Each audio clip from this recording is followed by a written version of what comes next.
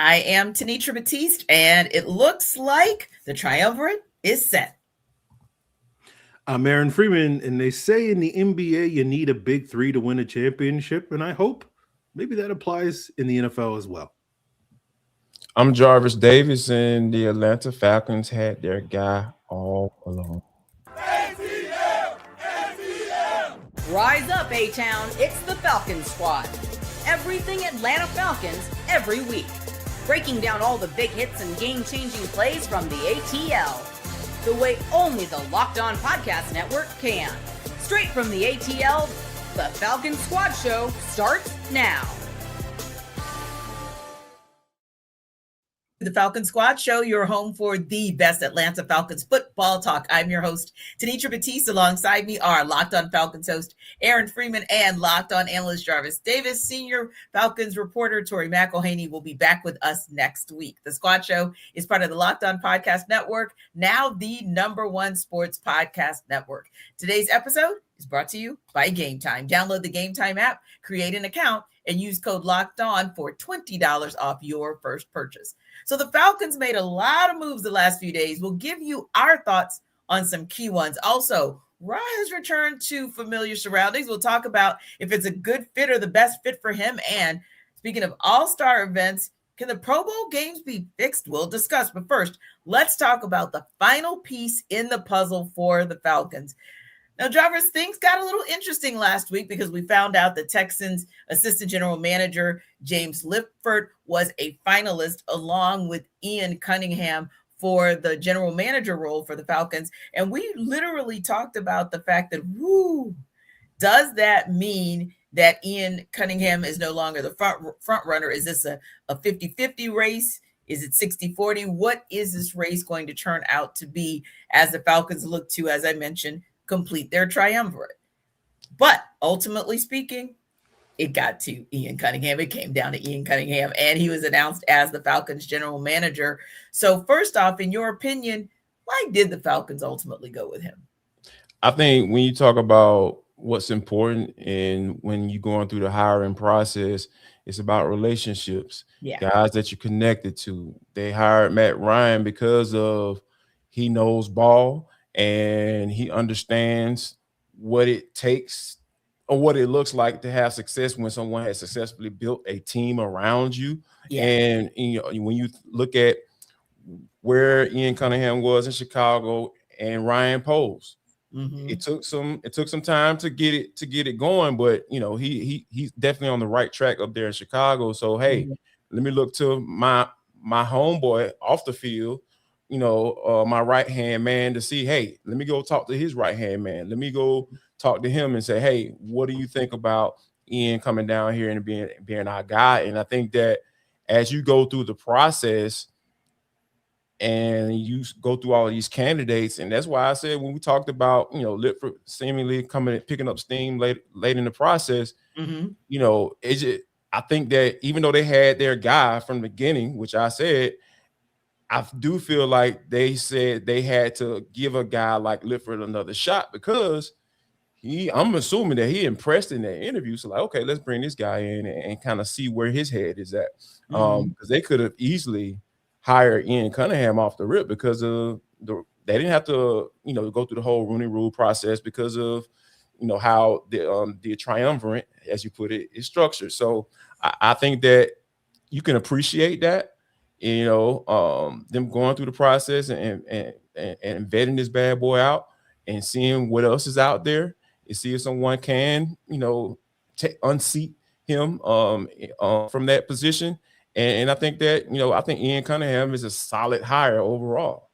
Yeah. And a couple of things there, like you mentioned, being able to rely on Ryan Poles, who is a close personal friend of Matt Ryan's, to say, hey, is Ian Cunningham really ready for this job? And to be able to get the thumbs up is important because in your first space within that front office, your first job outside of broadcast and outside of being on the field, you want to make the right hires and you want to be able to rely on people who've done this job, who've done that job, and who've done that job very, very well. Like you said, we've seen the ascent of the Chicago Bears in recent years, the crafty moves that they made midseason, the crafty moves that they made free agency, and the moves that they made in the draft, right? But on that same token, you could see how James Lipford could enter the conversation and enter the chat, because the Texans also have made some really, really great moves in the draft and in free agency. So kind of looking at those guys and seeing the process that Matt Ryan came to, I think you can also appreciate the fact that he didn't just say, okay, I'm going to anoint Ian Cunningham as a general manager. It seems like he truly took the vetting process seriously, interviewed a number of candidates over a couple of days, even mulled over, because remember, Aaron, we were talking about the fact that, we thought that they would announce that the general manager, who the general manager was, maybe like late Monday evening or first thing Tuesday morning, so that the press would be introduced to both Kevin Stefanski and the GM at the same time. But it looks like they were more concerned about not having that GM be introduced to us, or even necessarily having that GM in place for Senior Bowl week. They just wanted to get it right and make sure that they truly vetted the process.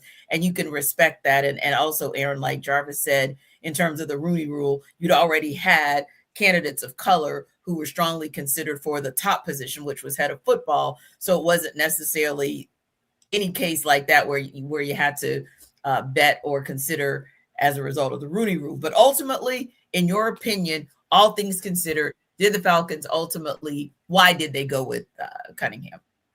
Yeah, I think, as you guys have both touched on, it's kind of a who you know business in the NFL. Yes, it is. And as you mentioned, with Matt Ryan being a first-time NFL executive, getting that GM hire and getting somebody that you're comfortable and connected with makes a ton of sense. And obviously, through that connection with Ryan Poles, there was a strong connection with Ian Cunningham. And I think that's ultimately why the Falcons went there. But as you both mentioned, the Falcons wanted to do their due diligence because of how important that job is going to be to getting this team on the right track and making sure that they did a thorough job talking to many of the top, GM candidates in this cycle that were available, and making sure, okay, Ian went through, the president of football, interview process, and now through the GM interview process.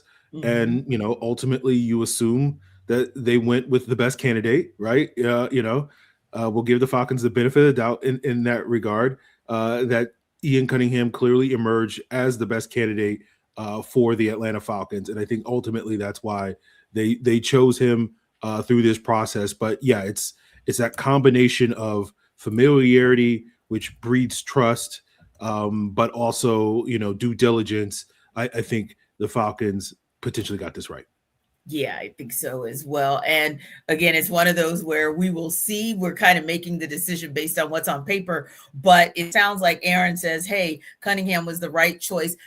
Do you feel the same, Jarvis? Right choice, best choice for that position? Yeah. When you think about his track record, what he was able to do with the Baltimore Ravens, obviously Ozzie Newsome is probably one of the most storied, successful general managers that this league has seen. Just the consistency with personnel and being able to really just always find those gems in the draft. I've always admired what Ozzie Newsome has done. And then you have Howie Roseman. Hey man, I'm just going to draft Georgia players.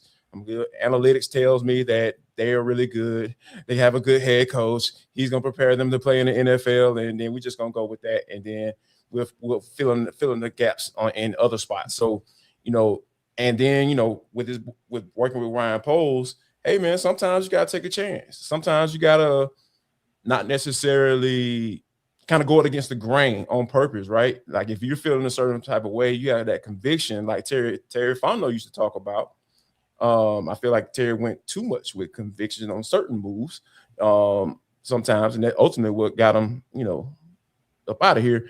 But hopefully he can take all of those things that he learned working up under these guys, these GMs, and kind of make it his own. And I think that when you have a guy who had those experiences, throughout those team building processes, I feel like, hey, he has to be the right guy because, that's what you do. You hire guys who had success working up under people who are who's been consistently successful throughout their entire careers.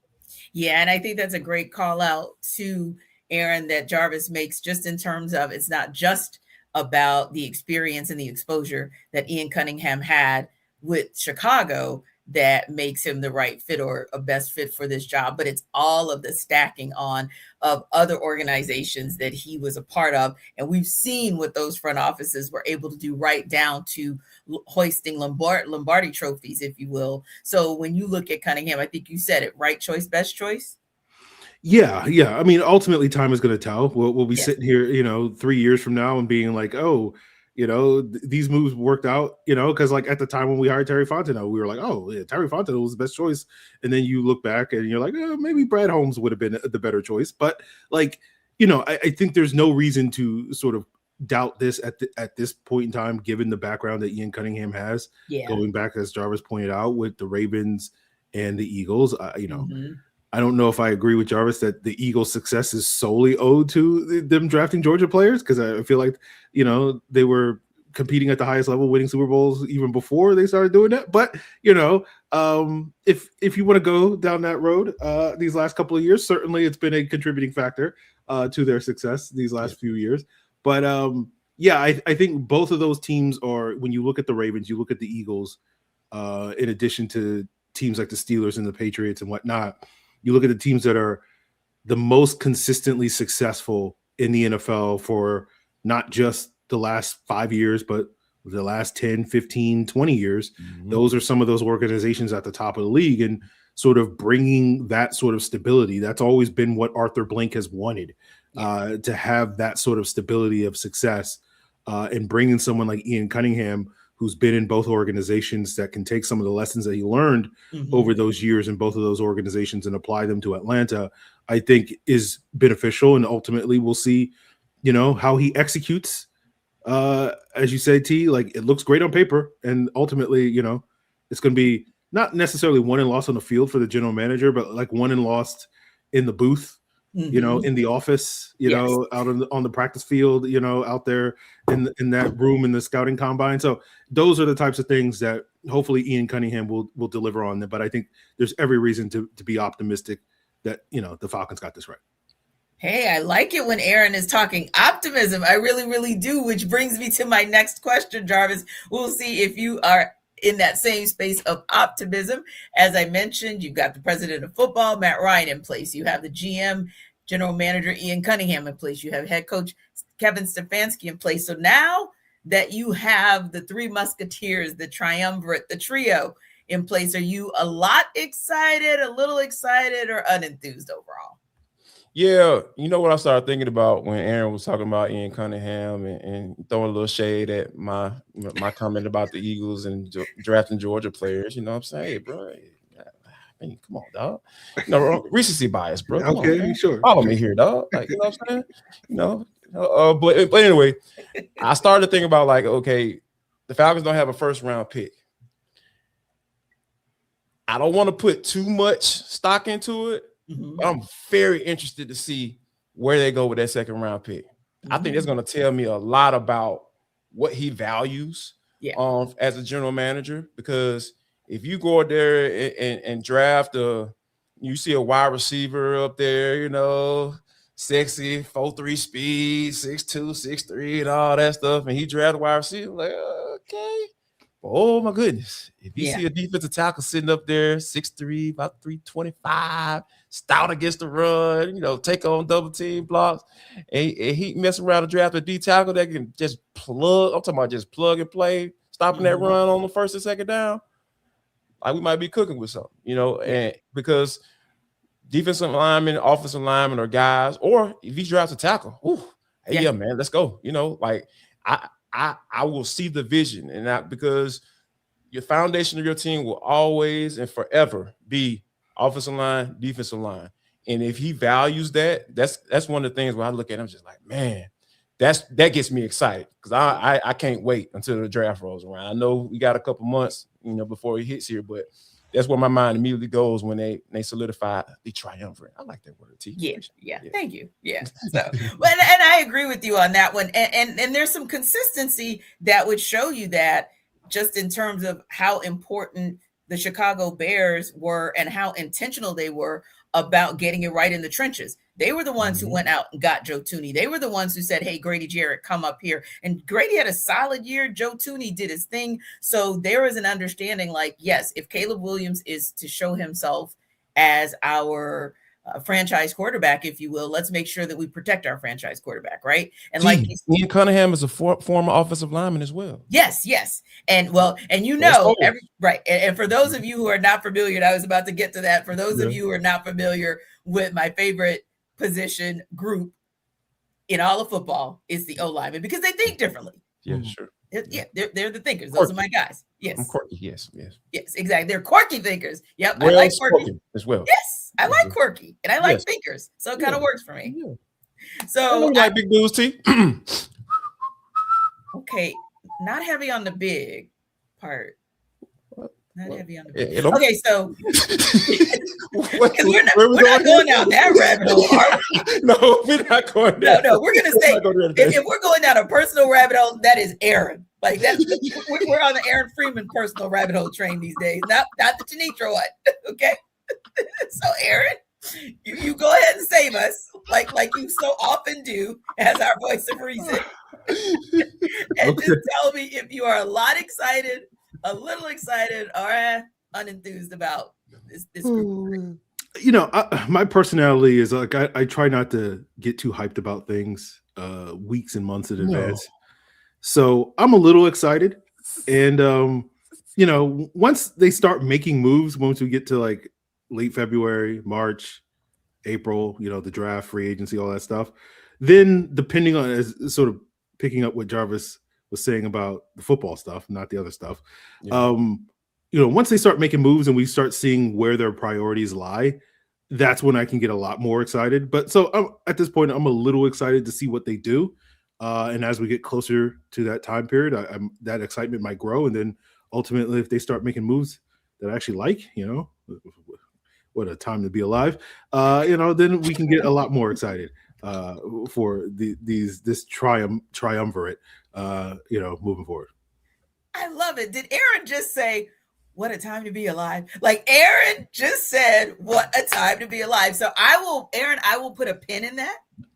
And if we all get what we are wishing for, especially when it comes to free agency and the draft, we're circling back to this day that Aaron said it will be one where a time will be had, and what a time to be alive. But yeah, I would agree with you guys. I'm at this point, at least from what we've seen on paper of these three, I think it's a really good look, and I'm excited, and I think you should be. I think this is a time where Falcons fans should be optimistic. Like, don't be that fan who's like, yeah, but we always get it right or wrong, or we don't get it right in all three phases. Go ahead and be optimistic and be positive for where it looks like the Falcons are going right now. And think about this. The Falcons didn't just make moves in the top three spaces or the last one officially, right, in the last few days, but they've actually made a couple of moves that we want to talk about. So we'll give you guys our thoughts on those key ones when we take that under further review.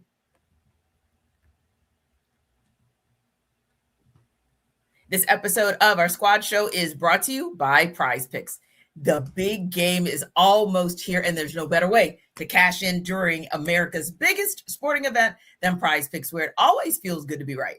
And this week, Prize Picks has a special max discount for the big game live in the app right now. Drake May just needs one passing yard for the max discount to win. Add another player to your lineup, and if your picks hit, you can cash in. So the social feeds feature, that's awesome. You can share lineups and even copy lineups from winners with one click. And you're going to love that you can follow Prize Picks partners like us and tail or fade picks right from the feed. And Prize Picks is super simple to use. Takes no time to get started. So download the Prize Picks app today and use code LOCKEDONNFL to get $50 in lineups after you play your first $5 lineup. That's code LOCKEDONNFL to get $50 in lineups after you play your first $5 lineup. So make sure you check out Prize Picks right after the squad show, because it's good to be right. This episode of our Falcon Squad show is brought to you by Drip Drop.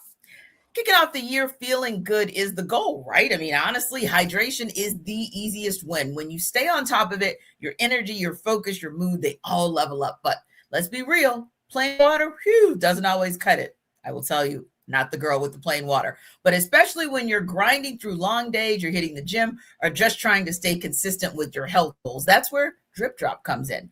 Doctor developed, proven fast hydration that helps your body and mind work better. Think clearer focus, better energy, elevated mood, even fresh skin glow.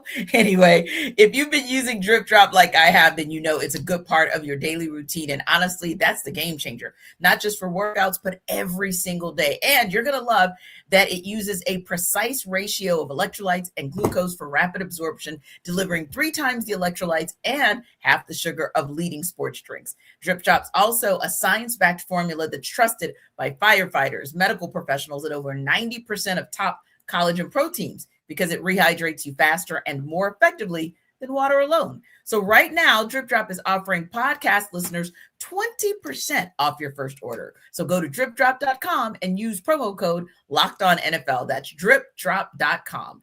Promo code LOCKEDONNFL for 20% off. Stock up now at dripdrop.com and use promo code LOCKEDONNFL.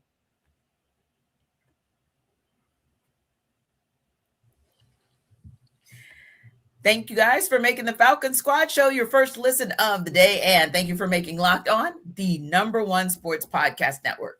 So, Aaron, as I mentioned, the Falcons made more moves the last couple of days, not just the GM role, but several others that we want to talk about, want to get you guys' thoughts on. Let's start with Tanner Engstrand. Of course, he is now the Falcons' offensive passing game coordinator. What do you think about that hire?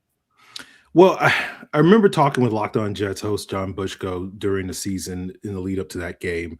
Mm-hmm. And he didn't necessarily praise Tanner Engstrand's play calling and his usage of some of the key players on the Jets as highly as you would want to.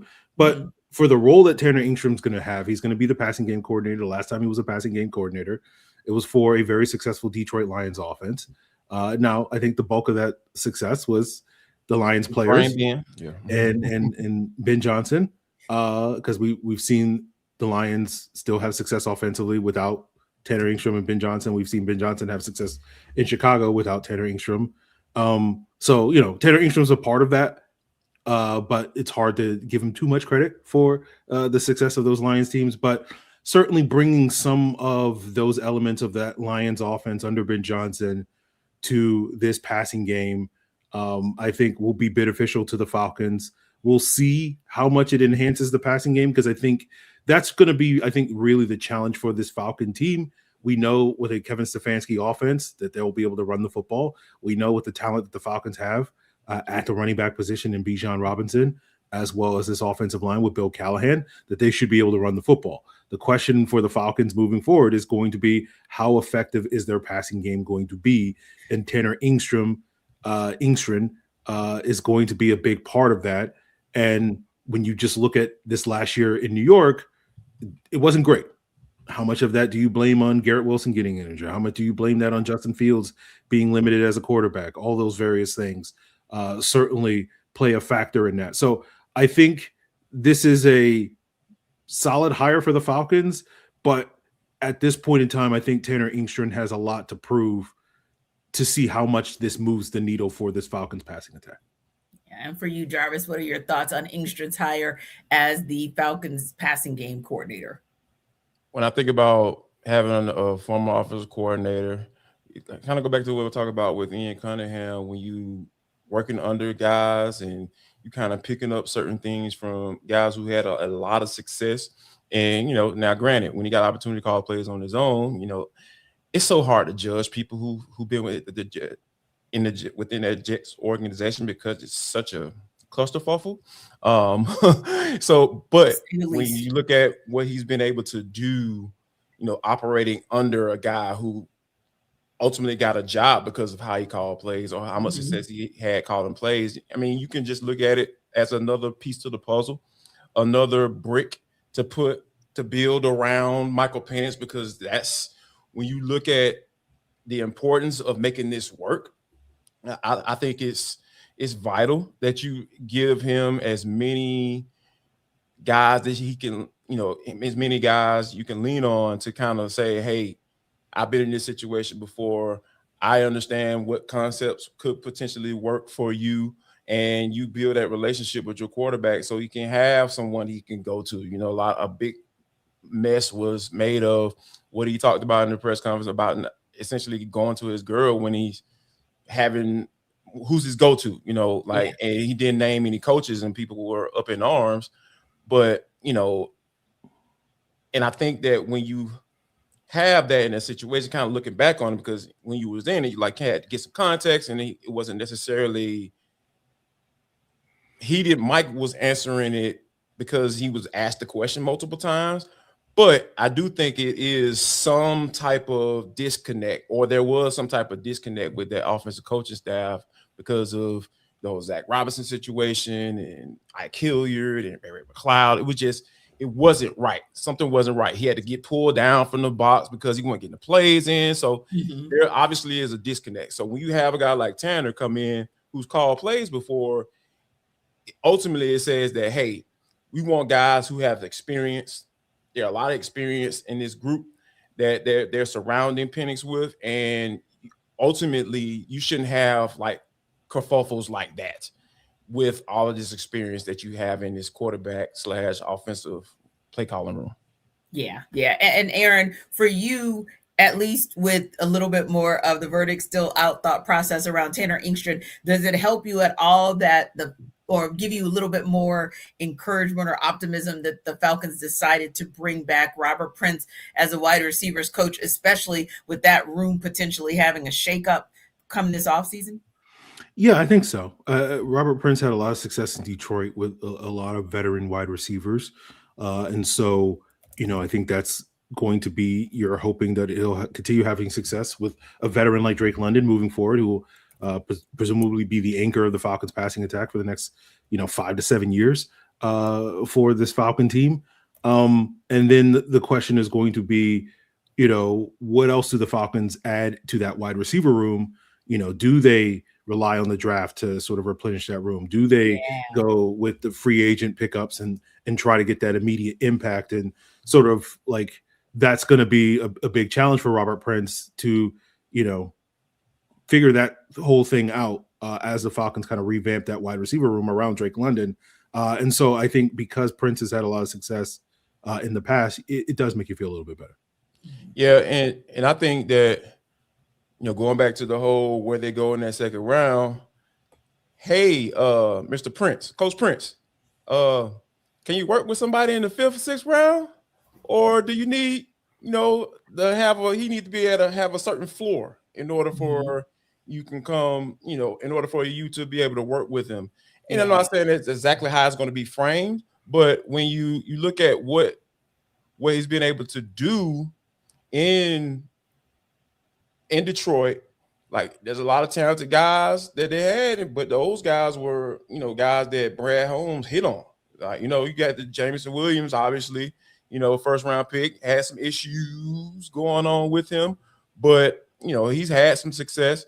So Amon-Ra St. Brown, that guy working with those guys like that, he's had, some guys that he can work with. So I'll be interested to see what the priority is as far as filling positions. And I think Prince is going to be responsible for those guys coming in and have success. And you'll kind of get a good vibe as to how Ian feels about him, being able to apply what he's going to bring to the table to be able to level those guys up. Yeah. I mean, you do look at their passing attack and look at some of the gems and the jewels that the Lions were able to get. And I mean, you kind of hope for the same for this offense as well, and this Falcons offense. And then when you look at arguably the most important position, you guys kind of both threw out there, but you're looking at the position of quarterback. So who's going to help to bring Michael Penix Jr. along, not just in the offseason when he's getting himself back into playing condition, but throughout the course of the season as you look for him to show himself, hopefully, as a franchise quarterback. So the Falcons decided, hey, we'll go with Alex Van Pelt as a quarterback's coach. What do you think about that move, Free, and how important that could be for MPX? Well, Alex Van Pelt is a good coach because he went to the University of Pittsburgh, the greatest institution on the planet. But, I think Dan Marino's record too. Yeah. So I think Van Pelt's had a lot of success. He's been around a lot of good quarterbacks. Aaron Rodgers won an MVP, one of several MVPs that he won. And I think the thing that, doing more research on Alex Van Pelt that he is well known for is his ability to get guys to sell ball fakes on play action passes. And like that was something that Michael Penix was terrible at last year, where we would see him, operating out of the pistol and doing like pirouettes and stuff like that, trying to fake these ball fakes in my mouth. Free, don't do that. And so it's like, hopefully, like at the bare minimum, if Alex Van Pelt can sell that part of the offense and get Michael Penix to figure that stuff out, that will do wonders, I think, for the Falcons' play action passing attack moving forward. So I think Alex Van Pelt can help Michael Penix in the major area of weakness. And if he can figure that out and then hopefully figure out some of the other things that go along with playing the quarterback level, I think that this is one of the better hires the Falcons have made. Yeah, and Jarvis, it looks like you'd give a thumbs up to Van Pelt as well. Absolutely. Yeah. When you think about, like, he also worked with the Browns. He was offensive coordinator with the Browns when they went to the playoffs, with Baker Mayfield. He had Baker Mayfield, doing what he was supposed to do. And it was unfortunate that it came from the top down that Stefanski had to fire Van Pelt. So, Stefanski was a lot of things that happened, not everything, but there were some things that happened up there that were kind of out of his control. And when you think about having success, going to the playoffs twice, when he was the play caller, and then ultimately having to fire him, and you see what happened after they fired him, it just all went to So you could tell that Van Pelt had some type of effect on not being there. And for Stefanski to bring him back, that kind of lets you know the type of relationship they had. Yeah. Hey, man, it wasn't no, hey, I fired you. Hey, come on back and help me out. It was like, hey, man, you know what the situation was up there. Now come on back so we can get Michael Penix right, and you can have a quarterback that can be with you for the next 6 or 7 years. Yeah, and it goes without saying, and of course we'll just go over this real quick, but it is important to have that right director of scouting as well, because you've got to evaluate that talent for that in the upcoming draft. And like you said, Jarvis, like you said, Aaron, with minimal opportunity in terms of where you're selecting draft picks, you got to hit right. So the Falcons, Aaron, are going with the promotion of Tumbo Abenaconda for their director of scouting. And I think that position, although it may not seem like one that's front and center, and it's not, most fans don't know, but that director of scouting is an important role as well. Yeah, it's definitely a key part of the process of managing all the different scouts in the building. Mm-hmm. And, it's also a stepping stone to being a general manager down the road, right? To where you go from a area scout to a national scout to a director of scouting to, some type of VP of personnel that they come up with a fancy title for you to in that next step. And then it's the assistant GM. And then all of a sudden you're the GM. And so I think this is important for Mr. Abenaconda, in his own personal career, but also it has a potential ramifications, as you said, T, for this team's ability to draft well moving forward. Yeah. You're talking about a guy, talking about sustainability, vision for the future. This guy's been here since 2012. Yeah. And scouting is not for the weak. Long hours, lots of travel. And you're ultimately the guys that you go to that table and vouch for when everyone is sitting up in that room on draft day. Like, hey man, this is the guy, this is my guy. It lets you know that he's had success along the way for a new regime, coaching staff, general manager to come in and they say, oh, okay, y'all want to promote him to director? Cool, that's fine. That makes sense. And that means they've done their research on what his track record was. So yeah, I love to see things like this when guys will get the opportunity to kind of upgrade, so to speak. Indeed. Now the college football all-star games got underway with the Senior Bowl this weekend, and the guys were out last week for Senior Bowl. We'll talk a little bit about who impressed next up. This episode of our Falcon Squad show is brought to you by Quo. New year, new systems. This is the time when a lot of us look at the messier parts of how we run our business and think there has to be a better way. And there is. Streamlining your communications is one of the quickest upgrades you can make. That's why today's episode is brought to you by Quo, spelled Q-U-O, the smarter way to run your business communication. So because when your team is reachable, organized, and communication in one place, you're not just working cleaner, you're creating more opportunities to connect with customers. You're going to love how simple Quo makes everything. Your whole team can call and text from one shared business number so nothing gets missed. Everyone sees the full conversation thread, which makes replies faster and more personal, and it works right from your phone or computer. And you can even keep your existing number. It's no surprise, Quo is the #1 rated business phone system on G2, trusted by more than 90,000 businesses, from solo operations to growing teams. So make this the year where no opportunity and no customer slips away. Try Quo for free, plus get 20% off your first 6 months when you go to quo.com/LockedOnNFL. That's QUO.com/LockedOnNFL. Quo, no missed calls, no missed customers.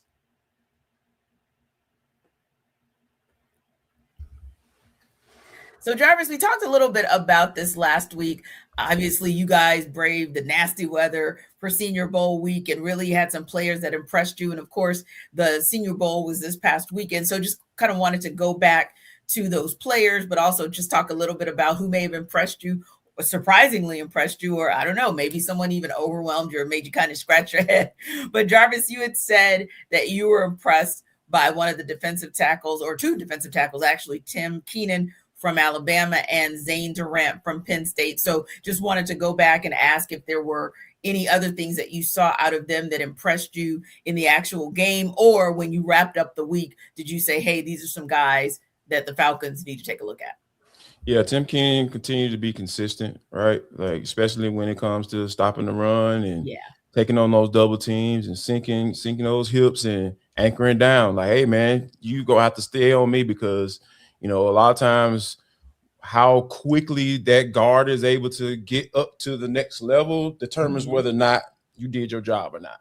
And if that tackle has to kind of stick with you because you're starting to split that, you're trying to start to get skinny, trying to get in between that double team and get upfield and get that TFL, that's what I feel like Keenan was able to do throughout the week. Zane Durant impressed me tremendously in one-on-ones. With the going up against that guard and being able to get off the rock, and another guy that I always how I am, T. I kind of gravitate towards interior defensive lineman. I don't know why, just me. There was another guy that really stood out to me, a guy by the name of Grayson Holton.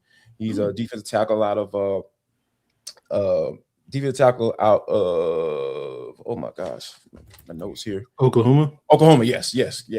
He was wrecking shop, like just being a disruptor, whether it be coming off the ball in the pass or the run. He was just causing a lot of havoc down there, and those are the type of guys that you need, especially on this defense, because it was not good with all of the sack records and all that stuff. This team was not good at stopping the run, and I think that Matt made it a point to point that out. Hey, we want to be able to stop the run. So I think it's going to be priority to get a big boy up in that middle, and so he can kind of hold everything down while James Pierce and Jalen Walker, they come in on 3rd and long and then sack the quarterback. But it starts with stopping the run before you get there.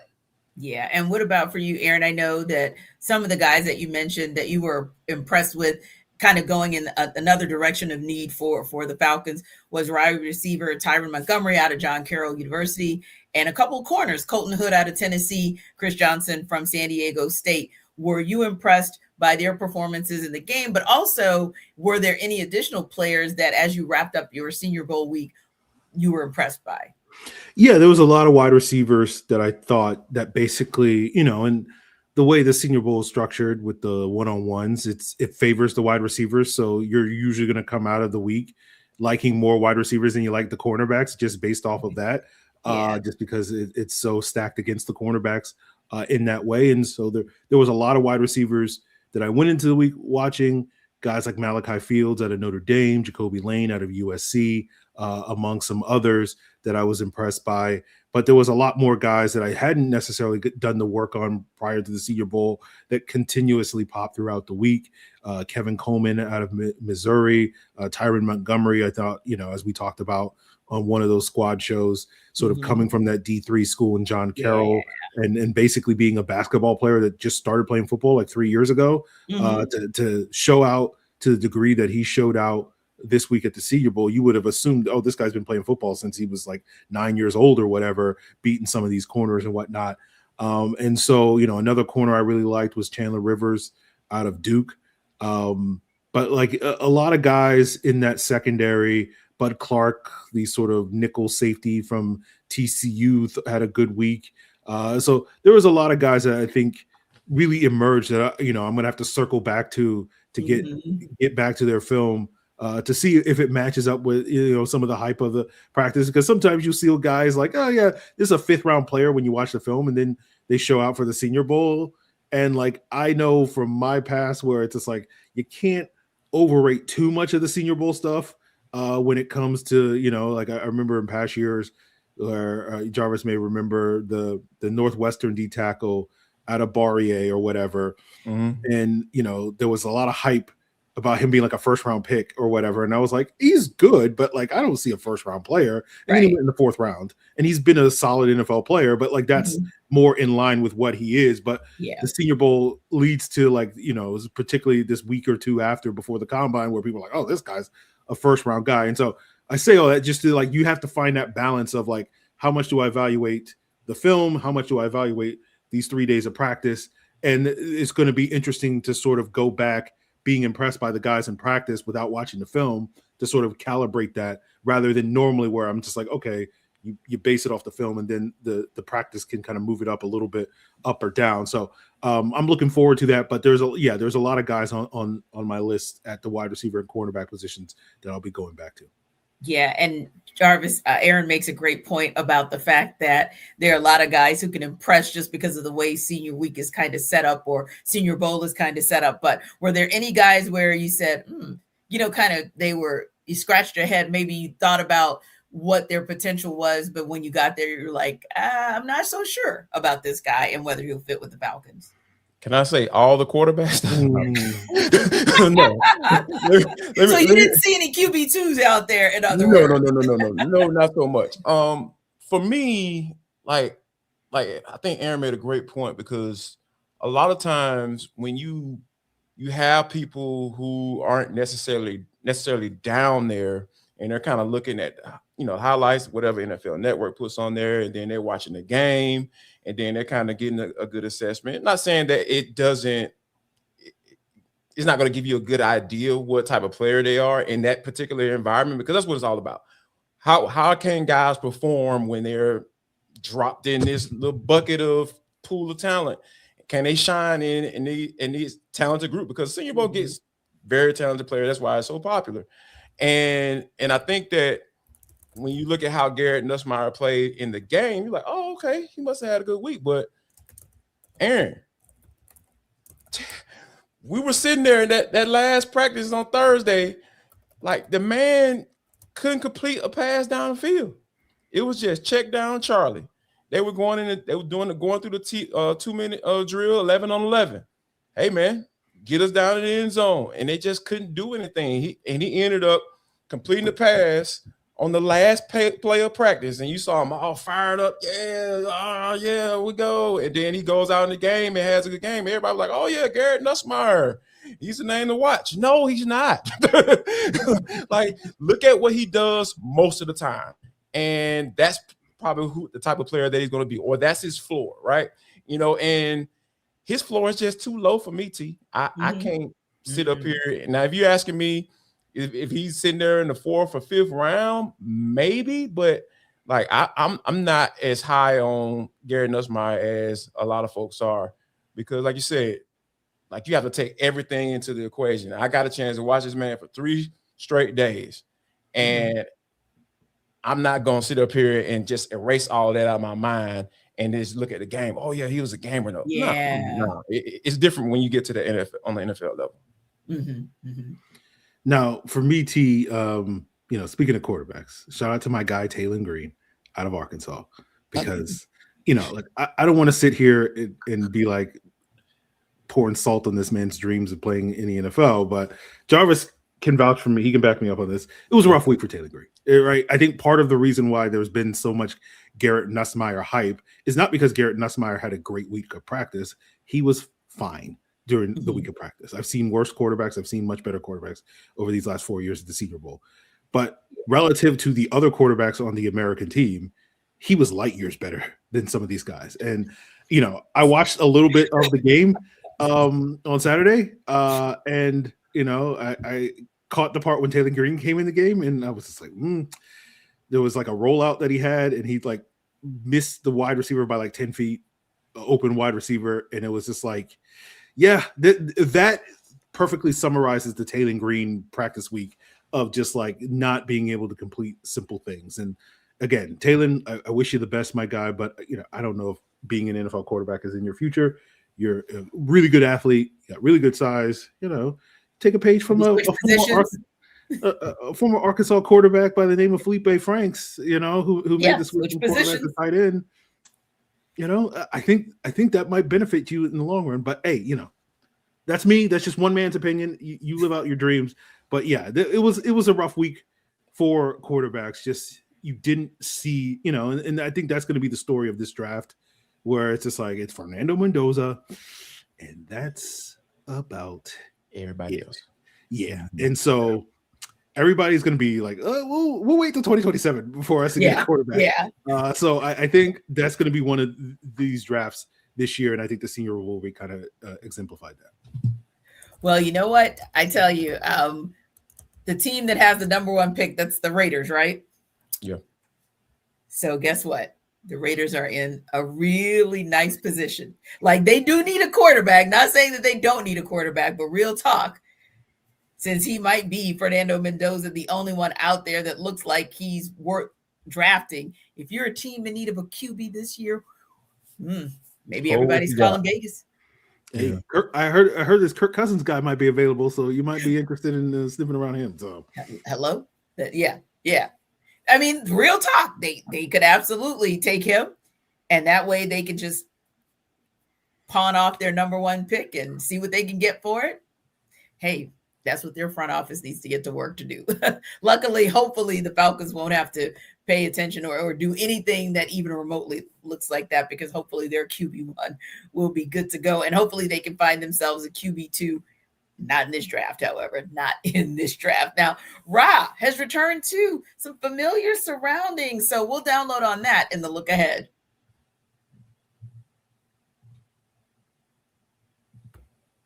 This episode of our squad show is brought to you by Game Time. There's nothing like being in an NBA arena. The crowd, the energy, the moment. Getting tickets, though, that part hasn't always been so simple. That's why Game Time has become the go-to app for scoring tickets fast without the hassle. It puts the advantage back where it belongs, with the fans. So pull up the Game Time app, pick an upcoming NBA game, and you'll have tickets locked in within minutes. You'll love seeing the all-in price up front, no surprise fees at checkout, and being able to see the view from the seat before buying makes the decision easy. And zone deals, they'll stand out for you because you can choose the section. Game Time will pick the seats for you, and you save. So take the guesswork out of buying NBA tickets with Game Time. Download the Game Time app, create an account, and use code LOCKEDON for $20 off your first purchase. That's code LOCKEDON for $20 off. Download the Game Time app today, and remember, it's gametime.co, not .com. gametime.co.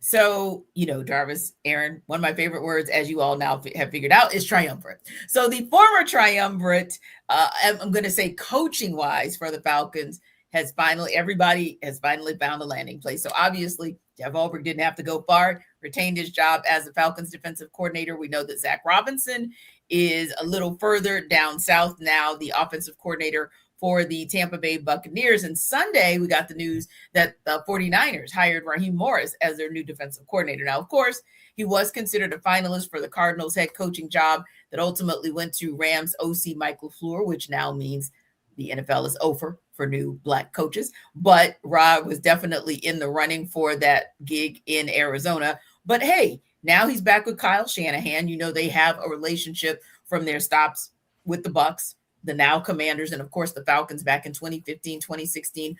Aaron, when you look at this opportunity for Raheem Morris, are you at all surprised this is where and how Ra landed? I'm not surprised that, you know, Kyle Shanahan and Raheem Morris linked back up, because their coaching relationship goes back even further than with the Commanders. It goes back to those John Gruden Buccaneers teams from 20 plus years ago, where that was where Kyle Shanahan got his start in coaching. That's where Raheem got his start in coaching as an NFL coach after spending time with Dan Quinn and Hofstra. But like, it's not surprised that, you know, like we said at the top, it's a who you know business, and you often bring in coaches that you're very familiar with, and they have a long friendship and working relationship. Yes. I just question the fit, because the style of defense that Kyle Shanahan has consistently wanted to play with was what Robert Saleh and what Jeff Ulbrich brought to the table: 4-man fronts. Let's, you know, play more of that 4-3. Let's win with our D line to control the line of scrimmage.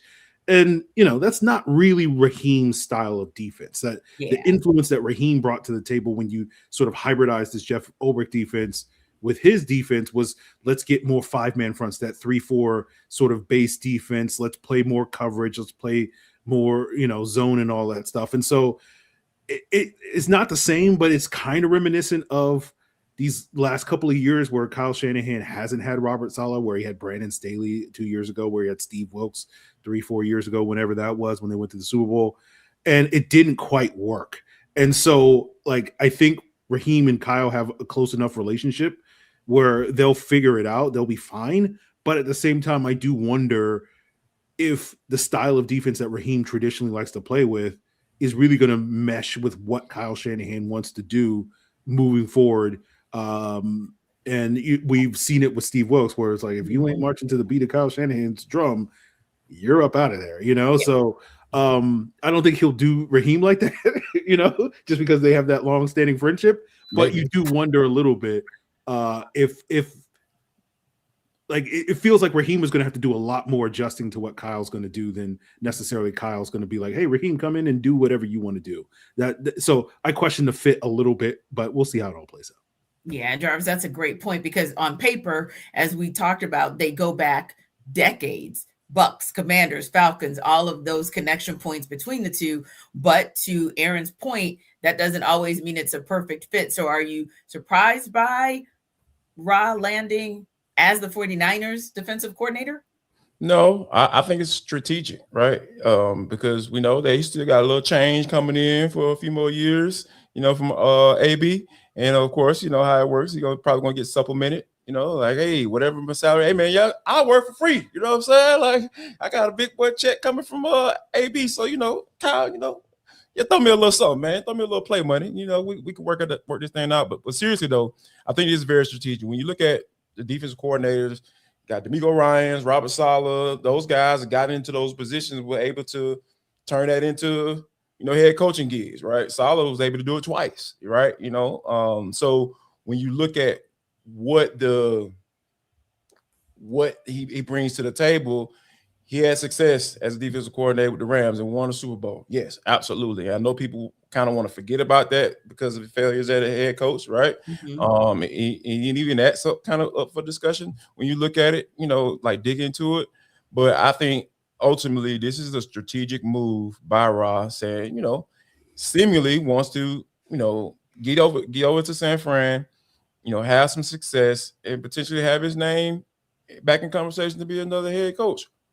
Or he can kind of go over there and say, man, like, let's get a bowl. Let me get another Super Bowl as defense coordinator and kind of let's see how it goes. Because, you know, initially when, you know, he got let go here, there were rumors of him flying around, or he's doing television. They want to kind of take a year off and kind of go that route. And I feel like this move is not only strategic, but it kind of shows that Ross still got that fire. He still want to prove something.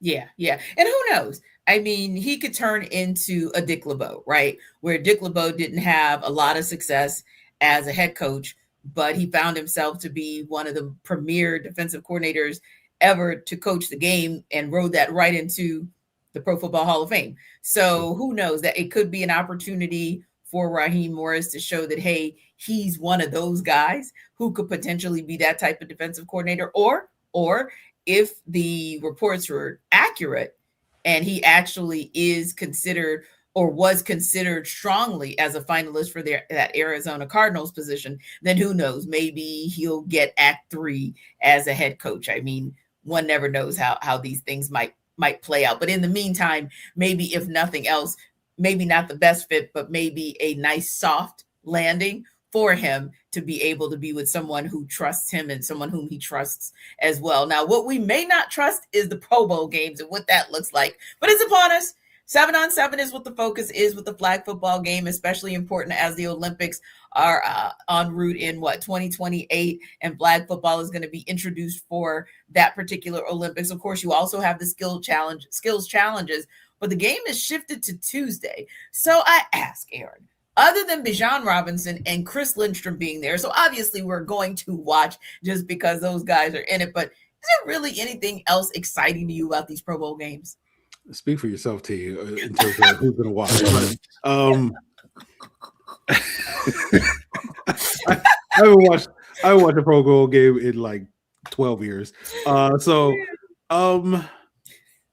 mean, no, I mean, it's like, to me, the Pro Bowl is like, it's an honor to be here. Yes. And then like, that's kind of all it is. It's at this point in time. Like, I know the NFL is trying to make it a thing and trying to make it watchable and trying to do all the things that they've been doing these last couple of years, revamping it and changing it up, and good on you, NFL. But I know for me, it's just like, I don't care about any of that. Like, the last time that I was really interested in what they were doing at the Pro Bowl, they used to have the QB skills challenge way back in the day in the 90s. Went back old school with it. Yeah, and like that to me was like a cool thing that they did. And like, other than like bringing that back, and not just having the 6 Pro Bowl quarterbacks do that, like, let's get like the top 12 quarterbacks in the league, in a spot and see like who has the best skills. I remember watching in those days where they did it, where Randall Cunningham had like the greatest arm in the league when they were doing that stuff. And like when Drew Brees did it a couple of years and he was like the most accurate quarterback on some of those things. And so like, those are the things I want to find out. Like, okay, let's get Josh Allen and Justin Herbert and Michael Penix on a field together, and let's find out who's got the best arm in the league and, who's the most accurate quarterback and all that sort of stuff. So like, other than that, like, it's like, whatever, man. Like, y'all do what y'all going to do. Enjoy it. Players enjoy it. The people that enjoy that stuff, do you enjoy it? Not saying, but me, it ain't for me. So it's like, whatever, sure. Tuesday, okay. Maybe I'll turn it on in the background as I'm cleaning up the house or something like that. But other than that, I don't care. Yeah, a Tuesday, no doubt. So we were supposed to tune into that, Jarvis, and be excited about it on a Tuesday. No, I mean, they moved it to Tuesday because they knew nobody was going to watch on Sunday, because it used to be on Sunday. And the Pro Bowl, when they were still in pads, but they weren't playing football, they were playing flag football in pads, like all it was the conversations were centered around, man, this is trash. What are they doing? You just got guys kind of loafing off the ball and all that stuff. Nobody's playing hard or anything like that, which you kind of understand, but the guys used to play hard back in the day. I will never forget when Sean Taylor knocked the out of doggone Brian Mormon. That punter, man, he knocked the crap out of that man. I would never forget that. That's like one of those Pro Bowl moments where he's just like, look, man, that is awesome. Like he's out there. Sean Taylor was full tilt, baby. It wasn't no such thing as powering down, just go out there and run up and thump, and just kind of, and going about your business. Guys weren't built like that, So, and then I'm like Aaron too. I love the Pro Bowl games. Like when they had the strongest man competition, Larry Allen, big behind, went out there and hit 225, 40. Yeah, 43 times. Like that was an absolute crazy man. The man squatted 900 pounds. He benched 700 pounds. He was just absolute maniac. It's unreal. Like I used to love that stuff. So, and that may be kind of like what we're dealing with the whole All-Star game in the NBA, and you can't get guys. Oh, no doubt. The dunk contest. Nobody wants to compete and see who's the best. Like people not really interested in that. I'm out here getting mine. I'm getting my money. I'm at the Pro Bowl. I'm cool on that, bro. I'm good. I know I'm a really good football player or whatever. So, maybe that's one of the reasons why it went away. But yeah, this whole Tuesday night running around in flags and Bijan, God bless him, man. Love that man to death. Talented as all get out. One of the best players I've probably seen at the running back position. I've seen a lot of them. But, out there, y'all come watch me, like, nah, bro. Like, I love watching Bijan play, but I'm like, Aaron, I ain't about to be out here like, we got to lock in for this Pro Bowl flag football game on a Tuesday night. Nah, man, I'm going to put my daughters to bed. I'm going to read them a book, and then y'all have fun with that. Indeed. Well, you know what? That just means that the NFL has to go back to the lab. The NBA just keeps trying, and they have yet to figure it out. No matter what they do, in my opinion, they've still not figured it out for All-Star Weekend, the All-Star Game. I feel like the NFL is the same way. I think everybody probably needs to take a page from the NHL, because I feel like with their foreign nations that they did last year, it was a hit. And so Gary Bettman, their commissioner, it seems like they finally figured it out. And I think Major League Baseball, to me, they have one of the best All-Star Weekend, All-Star type breaks out there. Low key, if you know, the WNBA figured it out a couple years ago. So maybe the NBA needs to have a conversation with their sister league, because their All-Star Weekend it's right. They've got the formula. But yeah, NFL, I'm not sure what to tell you, but you still got some work to do. You got to get back to the lab. Thanks to our everydayers for making the Falcon Squad show your first listen of the day. Be sure to stop by Locked On Falcons with your host, Aaron Freeman, as your second listen. The Falcon Squad show and Locked On Falcons are part of the Locked On Podcast Network, your team every day. We'll see you next time.